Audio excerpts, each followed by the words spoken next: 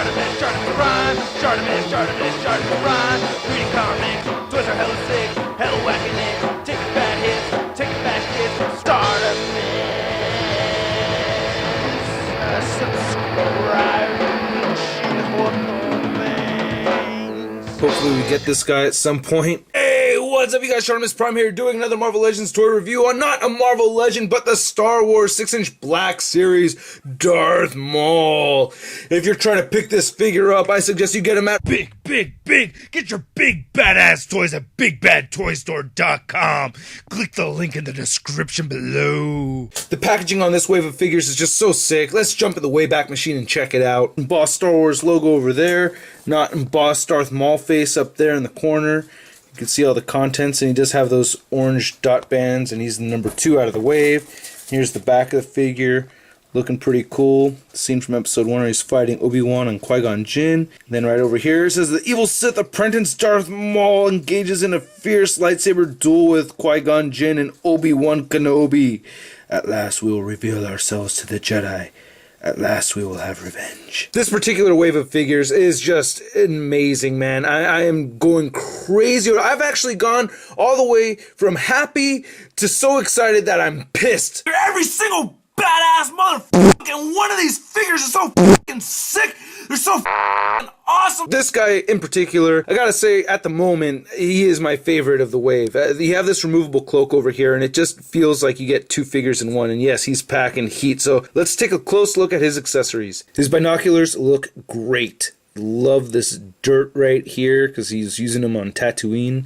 And you can see a little bit of a glossy paint right over there and right over here. Love the dirt on it. You got the buttons over here. You got a little bit of gold paint applications. Those are the peepholes right there. Very, very nice binoculars. And here's his double-edged lightsaber, which works okay with this cloak on over here. I feel like it's bending it a little bit, but it does have a peg that sticks out, and there's a peg hole in his waist. And I think this is sculpted and painted very accurately. This just looks too cool. You have all the buttons over here.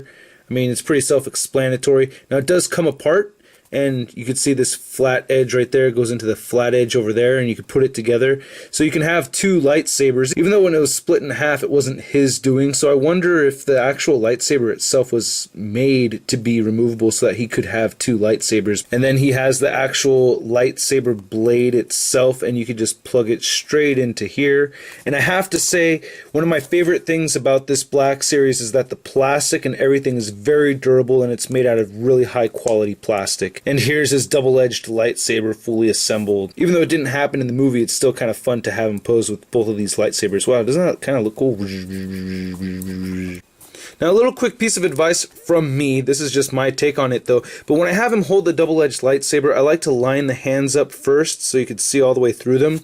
And then what I do is I put them in each hand one by one. Out of the 2 head sculpts he comes with, I think this is the better of the 2.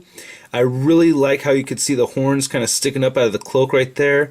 The sculpting on his cloak is very nice. It's made out of a nice pliable material. You can even see some texture in there. Looks very cool. I really like the way this cloak came out. You can see more of the texturing over there. He has these independent flappies down over here that come off of his elbows. You can see the back of the hood. Looks like there's stitching in there. Very, very nice. Now the downside of the cloak, not very posable with the cloak on.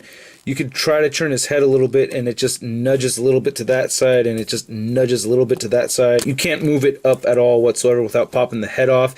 And the biggest bummer for this is that I wish there was a slit right here. I'm just tempted to do it, but I don't want to ruin the figure. I kind of want to like get an X-Acto knife and make a cut over here so that he could bend his elbow all the way up so that he could be looking through his binoculars without this getting all bunched up over here. So it's like essentially you can articulate it, it's just not going to work. It's just too bunched up over here and it looks weird. So taking his cloak off is pretty easy. You just remove the head like so, and then he just comes out of the sleeve. Luckily this thing's pliable enough where it's not too hard. We have a headless Maul over here, and you can see that it's very rubbery material. Now I mentioned that I like the head sculpt more on the cloaked version, and that's only because of the eyes. If you were to compare the eyes on this one compared to this one over here, this guy right here seems a little cockeyed. This one still seems to have his eyes a little bit more peeled, which I really like a lot, but I do like their slightly different facial expressions. You can see the mouth and this mouth are very different, so I think that's really cool that they didn't make it the exact same thing. It just feels like the eye right here is a little bit more inward than it needs to be,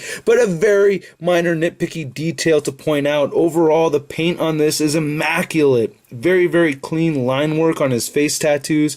I do like the cream color horns over here, and it's really hard to see, but there's actually some sculpting on those horns. Like on this one right here, you could barely tell, but there's like some sculpted lines on the horns themselves, and I just think that is dope, man.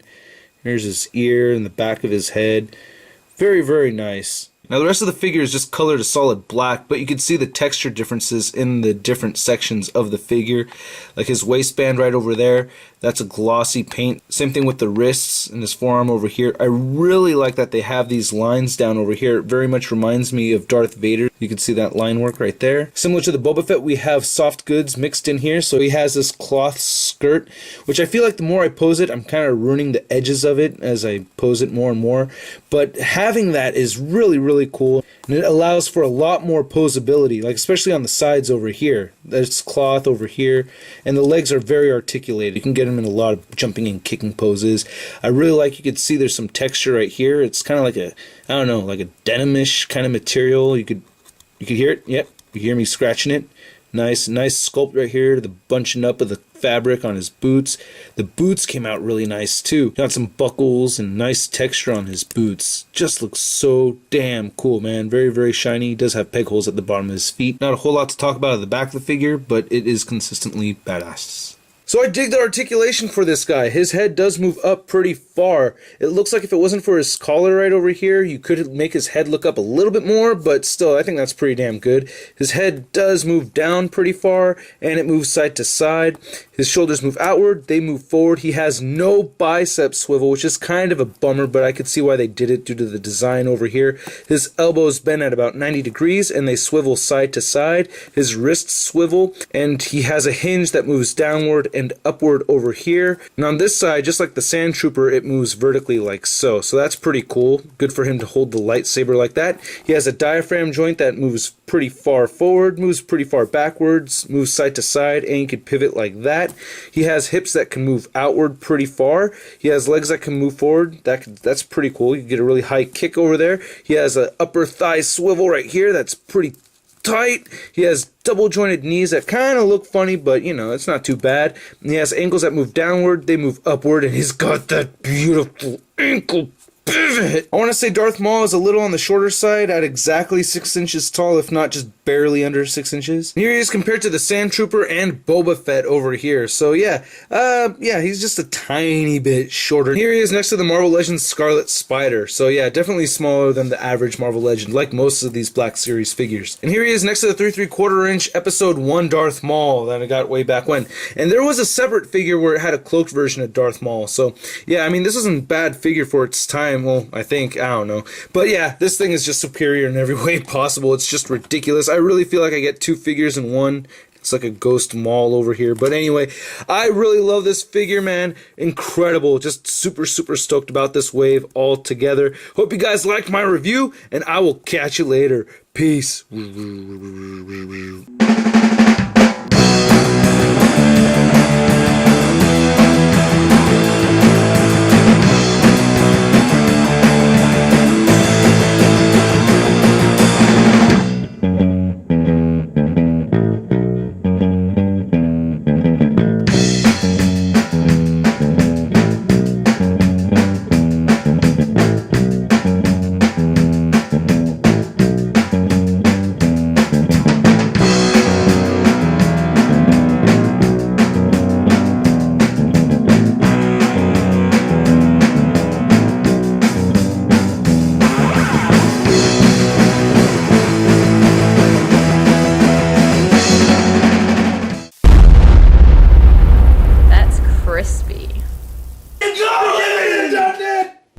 Awesome! Okay, I can only do that for so long.